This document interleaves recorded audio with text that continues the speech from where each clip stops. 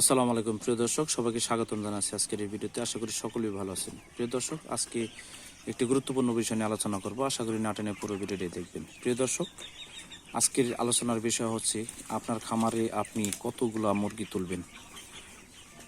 এই হিসাবটা যদি আপনার না থাকে তাহলে কিন্তু আপনারা খামারে হয়তোবা কোনো লসের সম্মুখীন হতে পারেন, কোনো ধরনের বিপদের সম্মুখীন হতে পারেন। প্রিয় দর্শক, খামারে অবশ্যই পর্যাপ্ত পরিমাণে জায়গা থাকে, তো কতটুকু জায়গা থাকে সেই জায়গা অনুযায়ী কিন্তু আপনার ফার্মে কিন্তু বাচ্চা তুলতে হবে। তাহলে কিন্তু যখন বাচ্চা বড় হয়ে যাবে তখন কিন্তু আপনি এই খামারে যদি বেশি বাচ্চা তুলে ফেলেন তখন কিন্তু জায়গা হবে না। বেশি অতিরিক্ত জায়গার তুলনায় অতিরিক্ত যদি আপনি বাচ্চা তুলে ফেলেন তাহলে কিন্তু আপনার অবশ্যই খামারে কিন্তু ভালো ফলন আসবে না। প্রিয় দর্শক, আপনারা যারা চিন্তা করেন এখনও যে বেশি বেশি মুরগি তুললে হয়তো বা বেশি লাভ হবে, এই বিষয়টা একদমই এই ধারণাটি একদমই ভুল। কারণ আপনি যদি পর্যাপ্ত পরিমাণে বাচ্চার বেড়ে ওঠার জন্য হাওয়া বাতাস এবং পর্যাপ্ত পরিমাণে ঘোরাফেরার জায়গা যদি না থাকে তাহলে কিন্তু মুরগি কিন্তু বেড়ে ওঠে না, সঠিক পরিমাণে কিন্তু বেড়ে ওঠে না। তখন কিন্তু দেখা যায় যে বাচ্চা ছোট বড় হয়ে যায়। আর অনেক সময় দেখা গেছে বেশি অতিরিক্ত মুরগি তুললে গ্যাসের কারণে কিন্তু মুরগি বিভিন্ন ধরনের রোগে আক্রান্ত হয়ে যায়, লাঞ্চে পানি চলে আসে, তখন কিন্তু মুরগি মারা যায়। প্রিয় দর্শক, এই জন্য কিন্তু আপনার অবশ্যই সবসময় খেয়াল রাখতে হবে এবং আপনার এই খামারে কতটুকু জায়গা রয়েছে সেই জায়গা অনুযায়ী কিন্তু আপনার বাচ্চা তুলতে হবে। অনেক নতুন খামারি ভাইরা আছেন, তারা কিন্তু এই ব্যাপারে অবগত না, জানেন না যে আসলে আমার খামারে কতগুলা মুরগি তুলবো, আসলে এটা আমি জানি না। এই কারণে হয়তো বেশি তুলে লস করে ফেলেছেন বা কম তুলে আপনারা বেশি হয়তো আর 200-100 বেশি তুলতে পারতেন, আসলে কম তুলে ফেলেছেন। হ্যাঁ, তো এই হিসাবটা আপনার অবশ্যই জানা থাকতে হবে যে আপনার খামারটি কত স্কোয়ার ফিট। তো স্কোয়ার ফিট অনুযায়ী কিন্তু আপনার এই খামারে মুরগি তুলতে হবে এবং তুলতে হয়। এই কারণে আপনার অবশ্যই জানা থাকতে হবে যে আপনার খামারটি কতটুকু তুলবেন।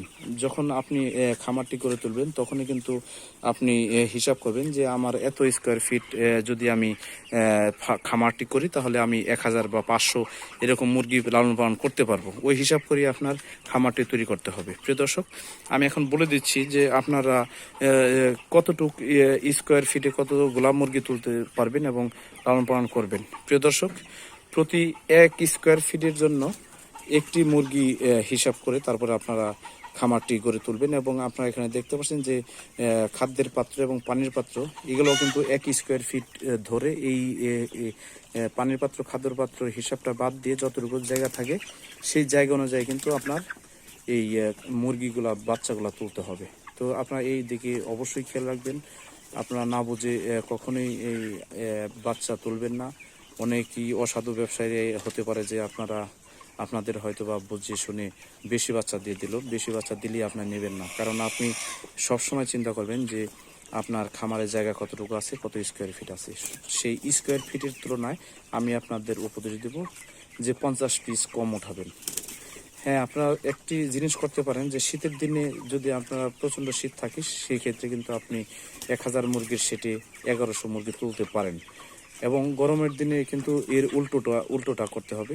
গরমের দিনে কিন্তু আপনারা অবশ্যই এই 1000 সেট থাকলে আপনারা 800 যদি মুরগি উঠান, 800 মুরগি উঠালে মুরগির ফলন ভালো হবে। তো এইগুলা আপনারা অবশ্যই খেয়াল করবেন এবং এগুলা খেয়াল করেই কিন্তু খামারটা পরিচালনা করবেন। কারণ অতিরিক্ত বেশি উঠালে কিন্তু বেশি লাভ হবে, এই ধারণাটি অবশ্যই ভুল। প্রিয় দর্শক, আমি সবসময় আপনাদের পাশে আছি এবং যদি কোনো জানার থাকে অবশ্যই কমেন্ট করে জানাবেন এবং যদি চ্যানেলটি ভালো লাগে তাহলে সাবস্ক্রাইব করে রাখবেন এবং ভিডিওটি শেয়ার করে দিবেন, যাতে নতুন খামারি ভাইরা যারা আছে তারা অবশ্যই যাতে এই ভিডিওটি দেখে উপকৃত হতে পারে। আমি আপনাদের সবসময় উপকারের জন্য ভিডিও বানিয়ে থাকি। আমার কোনো বেনিফিট নাই আপনাদের ভিডিও দেওয়ার ক্ষেত্রে, এবং আমি সবসময় চাই যে একটি খামারি অনেক কষ্ট করে খামার গড়ে তোলে, তো একটি খামারি অবশ্যই সফল হোক এবং সে কিছু মুনাফা অর্জন করুক, তার কাঙ্ক্ষিত লক্ষ্যে সে পৌঁছাক। তো আজকে এই পর্যন্তই। যদি চ্যানেলটি ভালো লাগে অবশ্যই সাবস্ক্রাইব করে রাখবেন। এবং সর্বশেষ কথা, আমি সব ভিডিওতে বলে থাকি যে আপনার খামারটি অবশ্যই পরিষ্কার পরিচ্ছন্ন রাখবেন এবং সব সময় খামারের প্রতি খেয়াল রাখবেন, সময় দেবেন। আজকে এই পর্যন্তই।